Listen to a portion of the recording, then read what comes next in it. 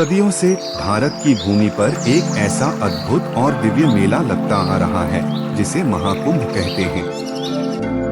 यह केवल एक मेला नहीं बल्कि आस्था, श्रद्धा और सनातन संस्कृति का महासागर है, जिसमें लाखों लोग अपनी आत्मा की शुद्धि के लिए डुबकी लगाते हैं। लेकिन क्या आपने कभी सोचा है कि महाकुंभ का इतिहास क्या है? यह क्यों और कब मनाया जाता है? आइए समय के पन्नों को पलटते हैं और इस दिव्य यात्रा पर निकलते हैं। पौराणिक कथाओं के अनुसार जब देवताओं और असुरों ने अमृत मंथन किया तो अमृत कलश को लेकर एक भयंकर संघर्ष छिड़ गया। भगवान विष्णु ने मोहिनी रूप धारण कर अमृत को देवताओं को देने की योजना बनाई, लेकिन इसी दौरान अमृत की कुछ बूंदें धरती पर 4 स्थानों हरिद्वार, प्रयागराज, उज्जैन और नासिक पर गिर गईं। तभी से इन 4 स्थानों पर महाकुंभ मनाया जाता है और इस दौरान गंगा, यमुना, शिप्रा और गोदावरी नदियां अमृतमयी हो जाती हैं।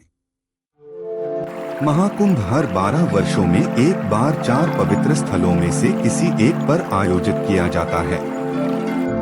प्रत्येक स्थान पर कुंभ मेला एक विशेष ज्योतिषीय गणना के आधार पर आयोजित किया जाता है।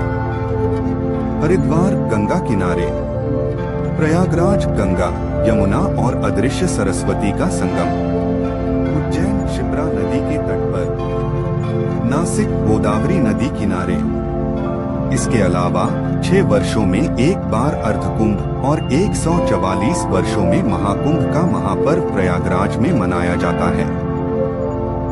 महाकुंभ केवल एक धार्मिक आयोजन नहीं बल्कि संस्कृति, अध्यात्म और मानवता का सबसे बड़ा संगम है। लाखों श्रद्धालु, साधु संत, नागा बाबा, अखाड़ों के महंत, विदेशी पर्यटक सभी एक साथ इस महास्नान के लिए उमड़ते हैं। संगम तट पर कल्पवास करने वाले साधक गूंजते हुए मंत्र, अखाड़ों की पेशवाई और रंग बिरंगे पंडाल इस पर्व को अद्वितीय बना देते हैं। कहा जाता है कि इस दौरान कुंभ में स्नान करने से जीवन के सभी पाप धुल जाते हैं और मोक्ष की प्राप्ति होती है।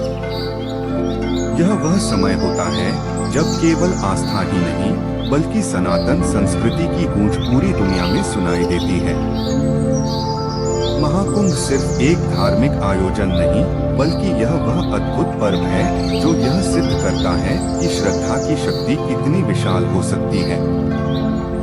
यह एक बार नहीं बार बार आता है और हर बार नई कहानियां गढ़ता है। तो जब अगला महाकुंभ आए, क्या आप इस पवित्र यात्रा का हिस्सा बनेंगे?